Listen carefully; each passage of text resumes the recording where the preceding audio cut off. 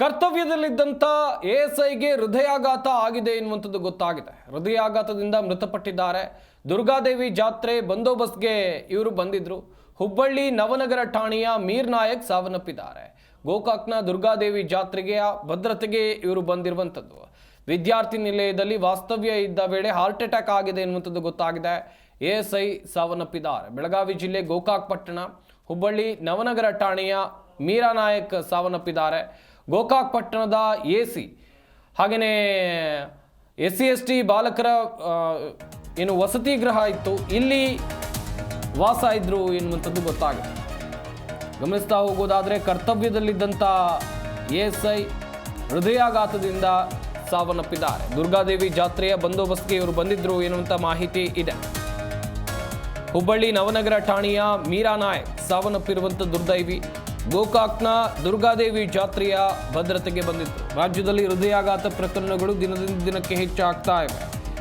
ಗಮನಿಸ್ತಾ ಹೋಗೋದಾದರೆ ನಮ್ಮ ರಾಜ್ಯದಲ್ಲೇ ಇತ್ತೀಚೆಗೆ ಸಂಭವಿಸಿದಂಥ ಹೃದಯಾಘಾತ ಪ್ರಕರಣಗಳನ್ನು ನೋಡ್ತಾ ಇದ್ರೆ ರಾಜ್ಯದಲ್ಲಿರುವಂಥ ಆರೋಗ್ಯ ಇಲಾಖೆ ಕೂಡ ಈಗಾಗಲೇ ಯಾಕೆ ಈ ರೀತಿಯಾಗಿ ಹೃದಯಾಘಾತ ಆಗ್ತಾ ಇದೆ, ಅದು ಕೂಡ ಸಣ್ಣ ವಯಸ್ಸಿನಲ್ಲೇ ಚಿಕ್ಕ ಪುಟ್ಟ ಮಕ್ಕಳಿಂದ ಹಿಡಿದು ಯುವಕ ಯುವತಿಯರು ಇವರೇ ಹೃದಯಾಘಾತಕ್ಕೆ ಸಾವನ್ನಪ್ತಾ ಇದ್ದಾರೆ.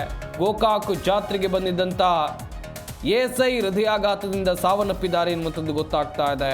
ಮೀರಾ ನಾಯಕ್ ಅಂತೇಳಿ ಇವರ ಹೆಸರು. ವಿದ್ಯಾರ್ಥಿ ನಿಲಯದಲ್ಲಿ ವಾಸ ಇದ್ದಂಥ ವೇಳೆ ಹಾರ್ಟ್ ಅಟ್ಯಾಕ್ ಆಗಿದೆ. ಗೋಕಾಕ್ ಪಟ್ಟಣದ ದುರ್ಗಾದೇವಿ ಜಾತ್ರೆಯ ಬಂದೋಬಸ್ತ್ಗೆ ಮೀರಾ ನಾಯಕ್ ಬಂದಿದ್ರು.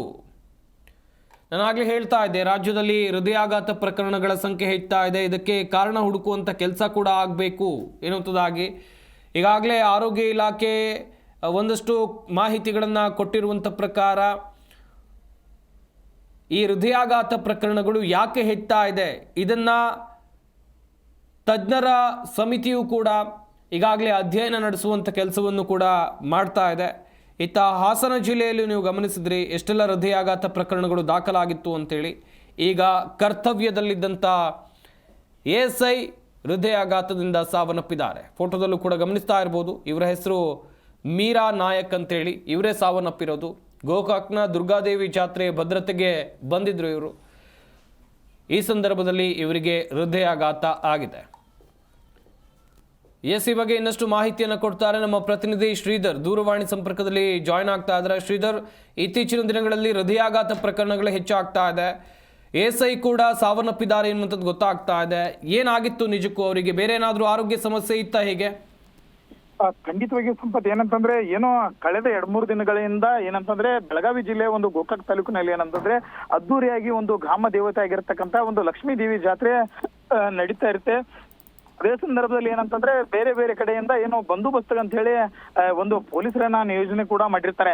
ಆದ್ರೆ ಇವತ್ತು ಬೆಳಂಬೆಳಗ್ಗೆ ಏನಾಗಿದೆ ಅಂತಂದ್ರೆ ಕರ್ತವ್ಯದಲ್ಲಿ ಇರ್ತಕ್ಕಂತ ಒಂದು ನಿಯೋಜನೆಗೊಂಡಿ ಅಂತ ಅವರೊಬ್ರು ಮುಂಜಾನೆ ವೇಳೆ ಏನಂತಂದ್ರೆ ಹೃದಯಾಘಾತದಿಂದ ಮೃತಪಟ್ಟಿದ್ದಾರೆ ಅಂತ ಹೇಳ್ಬೋದು. ಏನಂತಂದ್ರೆ ಅವರು ಒಂದು SC/ST ಹಾಸ್ಟೆಲ್ ನಲ್ಲಿ ಏನಂತಂದ್ರೆ ಅವರಿಗೆ ಉಳಿಕೊಳ್ಳಲು ಒಂದು ವ್ಯವಸ್ಥೆಯನ್ನ ಕೂಡ ಮಾಡಿರ್ತಾರೆ. ಅದ್ರ ಜೊತೆಗೆ ಇವತ್ತು ಏಕಾಏಕಿಯಾಗಿ ಏನಂತಂದ್ರೆ ಅವರು ಡ್ಯೂಟಿ ಕೂಡ ಕರೆಕ್ಟ್ ಮಾಡ್ತಿರ್ತಾರೆ. ಮತ್ತೆ ಅವರ ಆರೋಗ್ಯದಲ್ಲಿ ಕೂಡ ಏರುಪೇರು ಆಗಿರೋದಿಲ್ಲ ಅಂತ ಹೇಳ್ಬೋದು. ಯಾಕಂತಂದ್ರೆ ಅವರು ಆನ್ ಡ್ಯೂಟಿ ಮೇಲೆ ಏನಂತಂದ್ರೆ ಹುಬ್ಳಿಯಿಂದ ಇಲ್ಲಿವರೆಗೆ ಬಂದು ಒಂದು ಡ್ಯೂಟಿಯನ್ನ ನಿರ್ವಹಿಸಿರ್ತಾರೆ.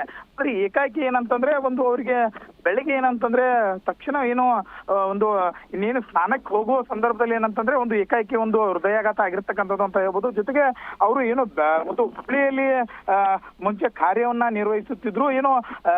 ಬೆಳಗಾವಿ ಗೋಕಾಕದಲ್ಲಿ ಏನಂತಂದ್ರೆ ಒಂದು ಗ್ರಾಮ ದೇವತೆ ಆಗಿರ್ತಕ್ಕಂಥ ಲಕ್ಷ್ಮೀ ದೇವರ ಒಂದು ಜಾತ್ರೆ ನಿಮಿತ್ತವಾಗಿ ಬಂದೋಬಸ್ತ್ಗೆ ಅಂತ ಹೇಳಿ ಅವರನ್ನ ಇಲ್ಲಿ ನಿಯೋಜನೆ ಮಾಡಿರ್ತಕ್ಕಂಥದ್ದು ಅಂತ ಹೇಳಿ ಈಗಾಗಲೇ ತಿಳಿದು ಬರ್ತಾ ಇದೆ ಅಂತ ಹೇಳ್ಬೋದು ಸಂಪತ್. ಥ್ಯಾಂಕ್ ಯು ಶ್ರೀಧರ್ ತಮ್ಮ ಡೀಟೇಲ್ಸ್ಗಾಗಿ.